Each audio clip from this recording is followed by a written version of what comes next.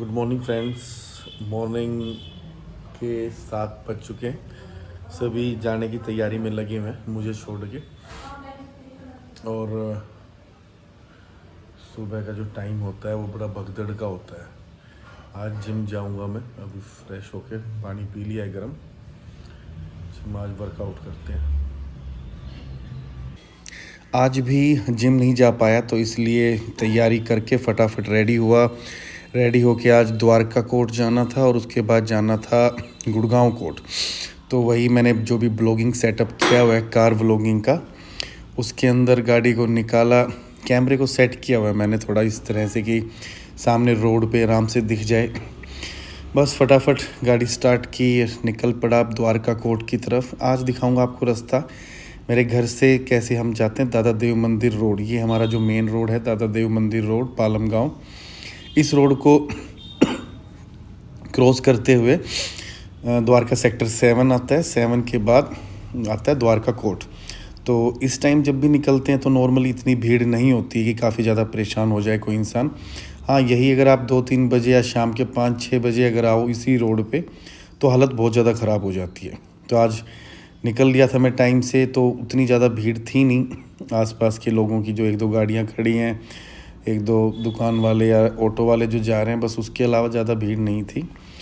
आगे जाके जो गांव के बिल्कुल स्टार्टिंग में कह लो या द्वारका शुरू होने के टाइम पर, वहाँ पर हमारा जो कुल देवी का मंदिर है वो प्रॉपर उसी लेवल। दादा देव मंदिर की जो खासियत है, ये काफ़ी पुराना मंदिर है और लगभग पालम गांव के अलावा 12 गांव हैं जो हमारे गांव से जुड़े हुए कनेक्टेड है सोलंकियों के। उनका जो हमारा दादा खेड़ा बोलते हैं जिसको, वो दादा देव मंदिर है हमारा। और ये लेफ़्ट साइड में काफ़ी बड़ी लोकेशन पे है ये मंदिर। तो नॉर्मली लोग संडे को काफ़ी भीड़ रहती है यहाँ पर। लेफ़्ट साइड में अभी ये था, ये जो लेफ़्ट की बिल्डिंग है सारी दादा देव मंदिर की ही बिल्डिंग है। सुबह सुबह ये गेट बना हुआ है काफ़ी बड़ा। और बस यहाँ से 200 मीटर का जो रोड का पैच है वो कंप्लीट करने के बाद जो स्टार्ट हो जाता है वो है द्वारका सेक्टर 7 का रोड। इसके बाद ज़्यादा इतनी भीड़ नहीं रहती है कि बहुत ज़्यादा परेशानी हो। गाड़ी अपनी स्पीड पकड़ लेती है और स्पीड पकड़ने के बाद गाड़ी को ज़्यादा दिक्कत नहीं होती है, जाम नहीं होता, क्योंकि प्रॉपर 2 डबल साइड रोड है। और ये आती है पहली शुक्र बाज़ार की रेड लाइट, इससे राइट मुड़ा जाता है। ये राइट रोड जाता है सेक्टर 6, 10, आगे सारे द्वारका के जितने भी सेक्टर हैं उनसे ये कनेक्ट कर जाता है। आज ये रास्ता दिखाने का मकसद यही था कि गांव से कनेक्टिविटी भी मुझे दिखानी थी। अब ये रोड सामने बिल्डिंग्स हैं, लेफ़्ट में स्पोर्ट्स कॉम्प्लेक्स भी काफ़ी हैं द्वारका के अंदर।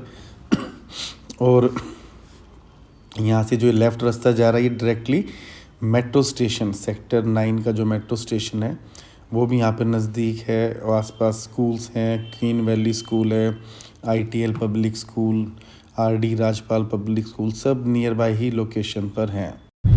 फ्रेंड्स, 9:54 हो चुके हैं और द्वारका कोट निकल चुका हूँ। द्वारका कोट मेरे घर से काफ़ी नज़दीक है, तो एज सच 5 ही मिनट लगती है मुझे। और आज सारे मैटर जितने भी थे वो सब द्वारका कोट में ही थे। तो अब द्वारका कोट की तरफ चल पड़ा हूँ। कल का शेड्यूल बताया ही था मैंने, आज सब द्वारका में है। उसके बाद गुड़गांव एक बार मिनी सेक्रेटरीट में कुछ काम है तो वहाँ पर जाकर कुछ काम करना होगा। और वहाँ का शेड्यूल है लगभग 12 से 1 बजे के आसपास। तो अभी 10:30 पे तो एक अपॉइंटमेंट है जो मैं करके कंप्लीट वापस निकलूँगा। मतलब कंप्लीट करके द्वारका कोट में ही रहूँगा। और उसके बाद का जो शेड्यूल है वो है गुड़गांव का और फिर वापस द्वारका। तो आज सब द्वारका के अंदर ही सारे मैटर्स हैं। अब रेड लाइट क्रॉस करने के बाद जो है वो सेक्टर 10 द्वारका कोट की लोकेशन आ जाएगी। ये जो मेन लोकेशन है ये द्वारका सेक्टर 10 के पहले वाली रेड लाइट पे है। यहाँ पर वंदना भारती स्कूल है। स्कूल के पीछे ही है जो बिल्डिंग वो द्वारका कोट की है। अब ये रेड लाइट क्रॉस करके लेफ़्ट साइड वाली रास्ते से जाते हुए हम पहुँच जाएंगे द्वारका कोट।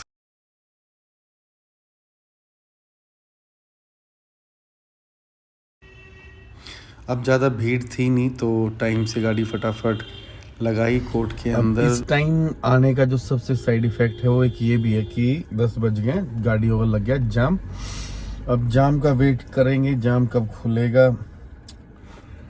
हाँ बाकी स्टाफ है कोर्ट के अंदर तो वो संभाल लेंगे सारा। वैसे खुल गया है जाम।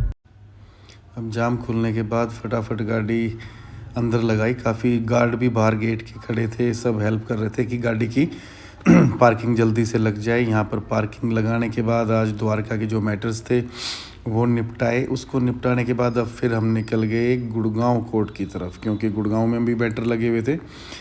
आज मैं आपको दिखाऊंगा गुड़गांव कि द्वारका से गुड़गांव जाने का सबसे बेस्ट तरीका है। अभी एक नया अंडरपास जो बनाया गया, ये बड़ा खूबसूरत है। इसके अंदर से आप जाओ, 10 मिनट के अंदर ही गुड़गांव का सारा जाम आपको क्लियर हो जाएगा और आप जो निकलोगे डायरेक्टली NH8 जो जयपुर वाला हाईवे है वहाँ पर आप जाओगे और जो एम्बियंस मॉल है, एम्बियंस मॉल की लोकेशन पे आप निकल जाओगे। तो एक रास्ता वो भी है, एक रास्ता वैसे एक्सप्रेस वे से भी है। ये जो रोड अभी जा रहा है बहुत सुंदर पेंटिंग की हुई है इसमें, तो जब आप जाओगे उसका अलग ही फील आएगा। 10 मिनट में आप रोड क्रॉस कर लोगे। क्रॉस करने के बाद फिर आप आ जाते हो वापस एक दोबारा अंडरपास पे, जो आपको वापस से एम्बियंस मॉल के रोड के सामने निकाल देगा। यहाँ पर निकलने के बाद ये रोड बिल्कुल सीधा NH8 आपका जयपुर की तरफ जा रहा है। जयपुर से पहले ही राजीव चौक आता है, बीच में आपका इफ़को चौक आता है, उसके बाद आता है वहीं मेदांता हॉस्पिटल भी है, वेदांता बोलते हैं जिसको। फिर आता है आपका राजीव चौक। राजीव चौक से आप राइट लोगे तो आपको मिल जाएगा आपका जो है गुड़गांव डिस्ट्रिक्ट।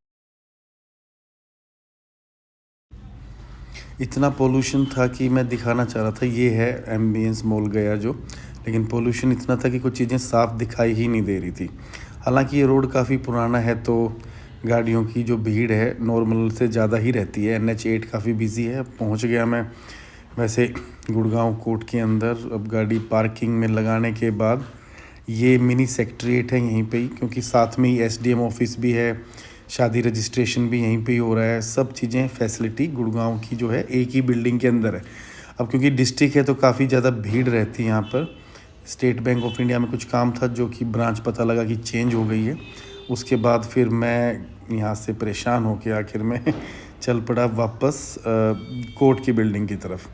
अब ये देखिए गुड़गांव कोर्ट के अंदर वकील साहब लोग आराम से अपनी अपनी कुर्सियों पे आराम कर रहे हैं और रेस्ट कर रहे हैं, क्योंकि टाइम यही हो चुका था। फिर ट्री हाउस नाम का एक बड़ा अच्छा रेस्टोरेंट था वहाँ पर, उसमें मैंने आराम से लंच किया क्योंकि काफ़ी थक चुका था। तो लंच में एक थाली मंगाई मैंने, थाली में सब्जी थी जो आप देख रहे हो, ये खाया। गुलाब जामुन ली, गुलाब जामुन खाने के बाद फिर अब मैं वापस निकल पड़ा